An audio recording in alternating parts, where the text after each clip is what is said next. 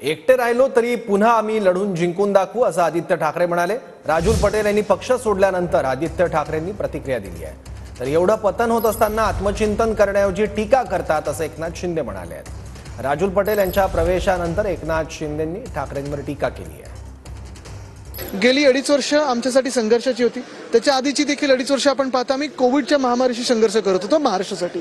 गेली 2.5 वर्ष गद्दारांची करत होतो आणि मग आता पण जे सरकार बसले ते खरं तर ईव्हीएमचं सरकार बसलंय। धक्का सगळ्यांनाच बसलाय। जे जिंकलेत त्या बाजूला ते पण बोलतात की आमचं सरकार आलं कसं हे आम्हाला माहिती नाही। अनेक अशी लोक आहेत जे निवडणुकीच्या आधी महानगरपालिकेच्या निवडणुकीच्या आधी मग फंडासाठी असेल, पैशांसाठी असेल, स्वार्थासाठी असेल, गद्दारी करण्यासाठी असतील सोडून जातील।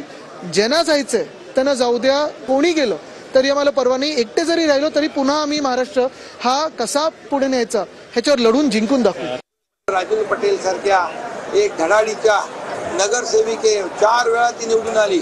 खरं म्हणजे तिथल्या जनतेचा अपमान आहे। तिथल्या जनतेचा अपमान जे करतील, माझ्या लाडक्या बहिणींचा अपमान जे करतील ते खरं म्हणजे त्यांना त्यांची जागा या मुंबई महापालिकेच्या निवडणुकीमध्ये जनता दाखवून देईल। रस्ते जल गए लेकिन बल नहीं गया अशातली परिस्थिती आहे आणि जो बुन से गई वो हौस से नहीं आती।